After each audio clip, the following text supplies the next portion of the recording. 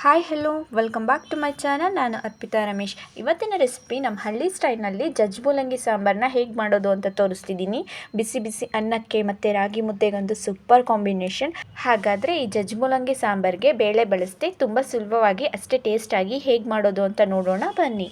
ಈ ಜಜ್ಜಿ ಮೂಲಂಗಿ ಸಾಂಬಾರಿಗೆ ಮೂಲಂಗಿನ ಚೆನ್ನಾಗಿ ತೊಳೆದು ಆ ಕಡೆ ಈ ಕಡೆ ಸೈಡಲ್ಲಿ ಚೆನ್ನಾಗಿ ಕಟ್ ಮಾಡಿ ಇಟ್ಕೊಂಡಿದ್ದೀನಿ. ಮತ್ತು ಉದ್ದವಾಗಿ ಪೀಸ್ ಮಾಡಿ ಕುಟಾಂಡಿಲಿ ಸ್ವಲ್ಪ ಜಜ್ಜಿಕೊಂಡು ಇಟ್ಕೊಂಡಿದ್ದೀನಿ. ಈಗ ನೋಡಿ ಎಲ್ಲನೂ ಕೂಡ ಇದೇ ರೀತಿ ಕ್ರಷ್ ಮಾಡಿ ಇಟ್ಕೊಂಡಿದ್ದೀನಿ.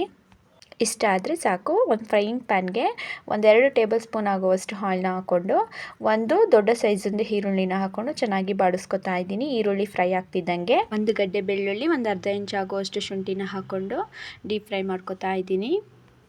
ಮತ್ತು 1/4 ಇಂಚ್ ಚಕ್ಕೆ, 2 ಲವಂಗ, 5-6 ಕರಿಮೆಣಸು ಮತ್ತು 1 ಸ್ಪೂನ್ ಆಗುವಷ್ಟು ಹುರ್ಗಡ್ಲೆನೂ ಸಹ ಹಾಕ್ಕೊಂಡು ಚೆನ್ನಾಗಿ ಫ್ರೈ ಮಾಡಿಕೊಂಡು ಒಂದು ಅರ್ಧ ಕಪ್ ಆಗುವಷ್ಟು ತೆಂಗಿನ ತುರಿನ ಹಾಕ್ಕೊಂಡು ಚೆನ್ನಾಗಿ ಮಿಕ್ಸ್ ಮಾಡ್ಕೊತಾ ಇದ್ದೀನಿ. ಇದನ್ನು ಹಾರಕ್ಕೆ ಬಿಟ್ಬಿಟ್ಟು ಹಾರಾದಮೇಲೆ ಮಿಕ್ಸಿಂಗ್ ಜಾರಿಗೆ ಹಾಕ್ಕೊಂಡು 1-2 ದೊಡ್ಡ ಸೈಜಿಂದು ಟೊಮೆಟೊನ ಹಾಕ್ಕೊಂಡು ಮತ್ತು 1-2 ಸ್ಪೂನ್ ಆಗೋಷ್ಟು ಸಾಂಬಾರು ಪೌಡರ್ನ ಹಾಕ್ಕೊಂಡು ಸ್ವಲ್ಪ ನೀರನ್ನ ಹಾಕ್ಕೊಂಡು ಎಲ್ಲವನ್ನು ಕೂಡ ಫೈನ್ ಪೇಸ್ಟ್ ಮಾಡ್ಕೊಂಬರೋಣ. ನೋಡಿ ಇವಾಗ ಫೈನ್ ಪೇಸ್ಟ್ ರೆಡಿ ಆಗಿದೆ. ಇಷ್ಟ ಆದರೆ ಸಾಕು. ಈಗ ಸಾಂಬಾರು ಮಾಡೋಕ್ಕೆ ಬೇಕಾಗಿರೋ ಮಸಾಲೆ ರೆಡಿ ಆಗಿದೆ. ಇವಾಗ ಒಂದು ಕುಕ್ಕರ್ನ ಬಿಸಿಗಿಟ್ಕೊಂಡು ಕುಕ್ಕರು ಬಿಸಿ ಆಗ್ತಿದ್ದಂಗೆ 3 ಟೇಬಲ್ ಸ್ಪೂನ್ ಆಗುವಷ್ಟು ಆಯಿಲ್ನ ಹಾಕ್ಕೊಂಡು ಒಂದು ದೊಡ್ಡ ಸೈಜಿಂದು ಟೊಮೆಟೊನ ಸಣ್ಣದಾಗಿ ಕಟ್ ಮಾಡಿ ಹಾಕೋತಾ ಇದ್ದೀನಿ. ಟೊಮೆಟೊ ಎಲ್ಲ ಎಣ್ಣೆಲಿ ಚೆನ್ನಾಗಿ ಫ್ರೈ ಆಗಬೇಕು.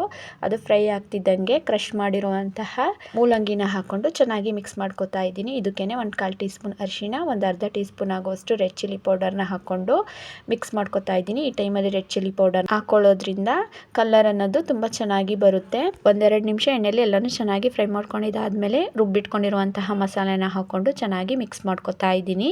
ಮಸಾಲೆ ಎಲ್ಲ ಮೂಲಂಗಿ ಜೊತೆ ಸ್ವಲ್ಪ ಹೊತ್ತು ಹೊಂದ್ಕೊಂಡ್ಮೇಲೆ ಆ ಮಿಕ್ಸಿ ಜಾರಲ್ಲಿರೋ ಮಸಾಲೆಗೆ ಇನ್ನೂ ಸ್ವಲ್ಪ ನೀರನ್ನ ಹಾಕಿ ಈ ಸಾಂಬಾರೊಳಗೆ ಹಾಕೋತಾ ಇದ್ದೀನಿ. ಒಂದ್ಸಲ ಚೆನ್ನಾಗಿ ಮಿಕ್ಸ್ ಮಾಡಿಕೊಂಡು ಕನ್ಸಿಸ್ಟೆನ್ಸಿ ಎಲ್ಲ ಕರೆಕ್ಟ್ ಆಗಿದೆಯಾ ಅಂತ ನೋಡ್ಕೋತಾ ಇದ್ದೀನಿ.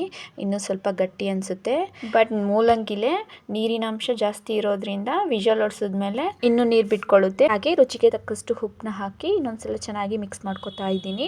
ನೀರನ್ನ ಜಾಸ್ತಿ ಬಿಟ್ಕೊಳಕ್ಕೆ ಹೋಗಬೇಡಿ, ಸ್ವಲ್ಪ ಗಟ್ಟಿಯಾಗೆ ಮಾಡ್ಕೊಳ್ಳಿ. ಅದು ವಿಜಲ್ ಆದಮೇಲೆ ಮೂಲಂಗಿ ನೀರು ಬಿಟ್ಕೊಂಡ್ಮೇಲೆ ಕರೆಕ್ಟ್ ಆಗುತ್ತೆ ಕನ್ಸಿಸ್ಟೆನ್ಸಿ ಎಲ್ಲ. ಈಗ ಲಿಡ್ನ ಕ್ಲೋಸ್ ಮಾಡಿ ಒಂದು ವಿಜಲ್ ತೆಗಿತಾ ಇದ್ದೀನಿ. ಈಗ ನೋಡಿ ಒಂದು ವಿಜಲ್ ಆಗಿದೆ. ಓಪನ್ ಮಾಡಿ ತೋರಿಸ್ತಾ ಇದ್ದೀನಿ ಹೇಗೆ ಬಂದಿದೆ ಅಂತ. ಮೂಲಂಗಿ ಎಲ್ಲ ಚೆನ್ನಾಗಿ ಬೆಂದಿದೆ. ಕನ್ಸಿಸ್ಟೆನ್ಸಿ ಕೂಡ ಅಷ್ಟೇ ಪರ್ಫೆಕ್ಟ್ ಆಗಿದೆ. ಮೂಲಂಗಿ ನೀರು ಬಿಟ್ಕೊಂಡು ಸಾಂಬಾರು ಸ್ವಲ್ಪ ನೀರು ಥರ ಆಗಿದೆ ಅಂತ ಅಂದರೆ ಸ್ಟವ್ನ ಆನ್ ಮಾಡಿಕೊಂಡು 1-2 ನಿಮಿಷ ಚೆನ್ನಾಗಿ ಕುದಿಸಿ ಸರಿಯಾಗುತ್ತೆ. ಈಗ ಒಂದು ಫ್ರೈಯಿಂಗ್ ಪ್ಯಾನ್ನ ಬಿಸಿಗಿಟ್ಕೊಂಡು 1-2 ಟೇಬಲ್ ಸ್ಪೂನ್ ಆಗುವಷ್ಟು ಆಯಿಲ್ನ ಹಾಕ್ಕೊಂಡು 1 ಟೇಬಲ್ ಸ್ಪೂನ್ ಆಗುವಷ್ಟು ಸಾಸಿವೆ ಮತ್ತು 1-2 ಬ್ಯಾಡಗೆ ಮೆಣಸಿನ್ಕಾಯಿನ ಹಾಕ್ಕೊಂಡು ಇದ್ರೆ ಸ್ವಲ್ಪ ಕರ್ಬೇವಿನ ಸೊಪ್ಪನ್ನ ಹಾಕ್ಕೊಂಡು ಚೆನ್ನಾಗಿ ಎಲ್ಲವನ್ನು ಫ್ರೈ ಮಾಡಿಕೊಂಡು ಸಾಂಬಾರಿಗೆ ಈ ಒಗ್ಗರಣೆನ ಸೇರಿಸ್ಕೊತಾ ಇದ್ದೀನಿ. ಸೇರಿಸ್ಕೊಂಡು ಒಂದ್ಸಲ ಚೆನ್ನಾಗಿ ಮಿಕ್ಸ್ ಮಾಡಿಕೊಂಡ್ರೆ ಈ ಜಜ್ಜಿ ಮೂಲಂಗಿ ಸಾಂಬಾರ್ ಅಂತ ಅನ್ನೋದು ತುಂಬ ಸುಲಭವಾಗಿ ಹಾಗೆ ಸೂಪರ್ ಟೇಸ್ಟಿಯಾಗಿ ರೆಡಿ ಆಗಿದೆ. ಐ ಹೋಪ್ ಈ ಸಾಂಬಾರ್ ರೆಸಿಪಿ ನಿಮಗೆ ಇಷ್ಟ ಆಗಿದೆ ಅಂದ್ಕೊಂಡಿದ್ದೀನಿ. ಮನೇಲಿ ಒಂದ್ಸಲ ಟ್ರೈ ಮಾಡಿ ಹೇಗೆ ಬಂತು ಅಂತ ಕಮೆಂಟ್ ಬಾಕ್ಸ್ನಲ್ಲಿ ಕಮೆಂಟ್ ಮಾಡಿ ತಿಳಿಸಿ. ಹಾಗೆ ಲೈಕ್ ಮಾಡಿ, ಶೇರ್ ಮಾಡಿ. ಇನ್ನಷ್ಟು ಈಸಿ ರೆಸಿಪೀಸ್ಗೋಸ್ಕರ ನಮ್ಮ ಚಾನಲ್ನ ಸಬ್ಸ್ಕ್ರೈಬ್ ಮಾಡ್ಕೊಳ್ಳೋದನ್ನು ಮರಿಬೇಡಿ. Thank you.